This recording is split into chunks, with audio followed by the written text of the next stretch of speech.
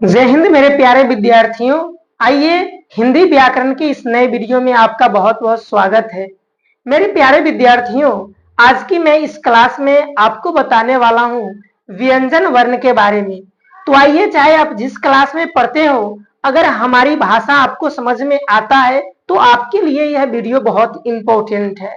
और यदि इस लेक्चर को आप बेहतर तरीका से समझ पाइएगा तो आप सारे इस पर आधारित क्वेश्चन का आंसर दे पाइएगा। तो आइए मेरे प्यारे विद्यार्थियों, शुरू करते हैं आज की क्लास को। और आज की क्लास में मैं आपको बताने वाला हूं व्यंजन वर्ण के बारे में। तो आइए व्यंजन वर्ण के डिफिनीशन को सबसे पहले जानते हैं। कहता है कि स्वर वर्णों की सहायता से जिस वर्ण का उच्चारण होता है उसे व्यंजन वर्ण कहते हैं। जितने भी स्वर वर्ण हैं उनको उच्चारण करते वक्त यदि उसमें स्वर का साउंड आता है तो समझ जाइए कि वह वर्ण क्या हो जाएंगे, तो वह हो जाएंगे आपका व्यंजन वर्ण।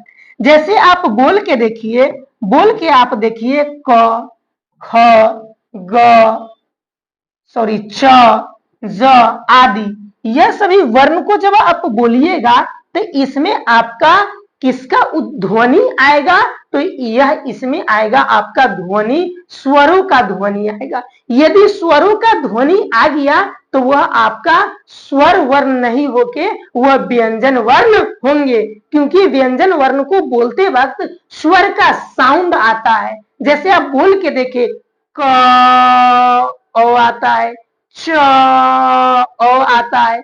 इन सब वर्ण को बोलते वक्त जब स्वर की ध्वनियां उत्पन्न हो तो वह वर्ण आपका व्यंजन कहलाएगा। आइए मेरे प्यारे विद्यार्थियों, मैं अब आपको बताता हूं नोट स्वर व्यंजन वर्ण के बारे में। तो आइए बताते हैं आपको। कहता है कि मूल व्यंजन वर्णों की संख्या 33 है। यदि मूल व्यंजन वर्ण के बारे में पूछा जाए कि मूल व्यंजन वर्णों की संख्या कितनी है, तब आप आंसर दीजिएगा 33।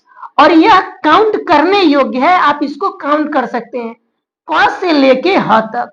जैसे ही क से लेके आप ह तक काउंट कीजिएगा तो व्यंजन वर्ण की संख्या आपको 33 को हो जाएगा। अब नोट नंबर 2 में लिखा हुआ है कि कुल व्यंजन वर्णों की संख्या 39 है। यदि कुल पूछे तो 39, और यदि मूल पूछे तब आप आंसर दीजिएगा 33। अब आगे हम लोग देखते हैं, आगे व्यंजनों का वर्गीकरण, यानी कि इसके प्रकार को हम लोग देखेंगे। तो यहां लिखे हैं हम कि हिंदी वर्णमाला में व्यंजन वर्णों को 5 वर्गों में बांटा गया है। अर्थात कि व्यंजन वर्ण के 5 भेद होते हैं, 5 प्रकार होता है। वह कौन कौन है जरा उसको समझते हैं हम लोग। देखिए नंबर 1 में है जिसका नाम है स्पर्श व्यंजन वर्ण। कौन वर्ण?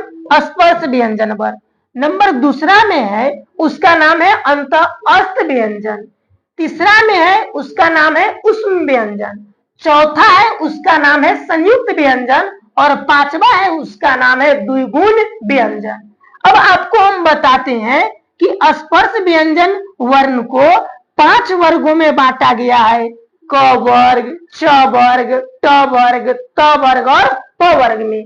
और इसकी जो संख्या होती है वह कुल होता है कितना, तो कुल होता है आपका 25। कितना? 25। अंतःस्थ व्यंजन वर्णों की संख्या कितना? 4। कौन कौन होता है हमने लिख दिया है आपको। फिर आपको उस व्यंजन वर्ण की संख्या कितना? 4, इसको भी मैंने लिख दिया। संयुक्त व्यंजन वर्ण की संख्या भी 4 होता है। और द्विगुण व्यंजन वर्ण की भी संख्या कितना होता है, तो इसकी संख्या होता है 2। एक होता है र और एक होता है ढ, तो 2 होता है। अब आते हैं इन सब के प्रकार को अब हम बेहतर तरीके से समझने की कोशिश करते हैं। अब देखिए, आइए इसको समझते हैं। व्यंजन वर्ण के यानी कि व्यंजनों के वर्गीकरण को आगे समझते हुए नंबर 1 को हम लोग देखेंगे जिसका नाम है स्पर्श व्यंजन।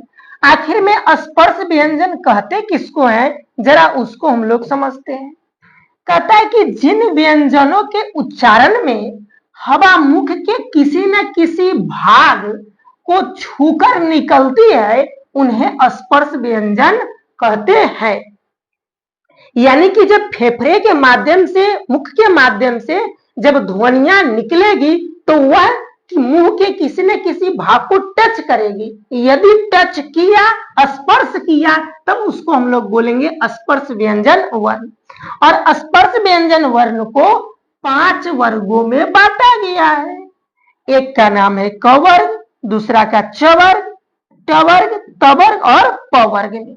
और यहाँ देखिए, यहाँ जो यह लिखा हुआ है यह आपका है प्रथम वर्ग। क वर्ग का ही च वर्ग का प्रथम वर्ण है, ट वर्ग का प्रथम वर्ण है, त वर्ग का प्रथम वर्ण है और प वर्ग का प्रथम वर्ण है।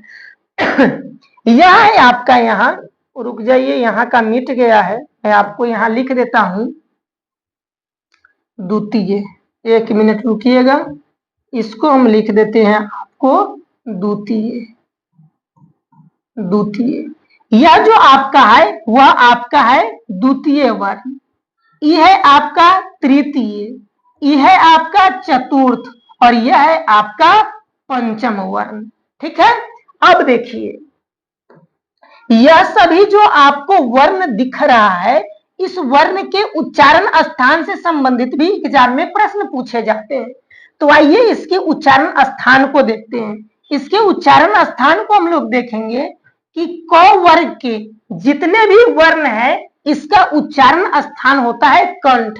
आप बोल के भी प्रैक्टिस कर सकते हैं, और जब आप बोल के प्रैक्टिस कीजिएगा तो आपको मालूम चल जाएगा कि रियल में इसका उच्चारण कंठ से है, तालु से है, मूर्धा से है, दांत से है, ओठ से है। यदि आपको यह याद नहीं रह पाएगा तो मैंने ट्रिक भी बता दिया है, आइए समझते हैं। तो क वर्ग जैसे क, ख, ग, घ और जब इसको आप बोलिएगा तो विदाउट कंठ की मदद से आपको बुलाई नहीं हो पाएगा। तो जब आप नहीं बोल पाइएगा तो इसका मतलब यह हुआ कि इसका उच्चारण स्थान है कंठ। उसी तरीके से च वर्ग का हो जाएगा आपका तालु, ट वर्ग का हो जाएगा मूर्धा, त वर्ग का हो जाएगा दांत और प वर्ग का हो जाएगा आपका ओष्ठ या ओठ। इसको याद रखने का हमने एक ट्रिक बनाया है, उस ट्रिक का नाम है केटीएम 2। के का मतलब कंठ, टी का मतलब तालु, एम का मतलब मूर्धा, डी का मतलब दांत, ओ का मतलब ओष्ठ या ओठ। ठीक है, अब इस ट्रिक की मदद से भी आप इन 25 वर्ण के यदि उच्चारण स्थान को पूछे तो आप आंसर दे सकते हैं। जैसे एग्जाम में क्वेश्चन पूछा जाएगा कि म का उच्चारण स्थान है, ऑप्शन में रहेगा, ऑप्शन नंबर ए में रहेगा कंठ, तालु, मूर्धा, ओष्ठ, तो क्या आंसर हो जाएगा? इसका आंसर हो जाएगा ओष्ठ। क्यों? क्योंकि म का उच्चारण करते वक्त जो ओठ है ना, ओठ के ही मदद से इस म का हम उच्चारण कर पाते हैं।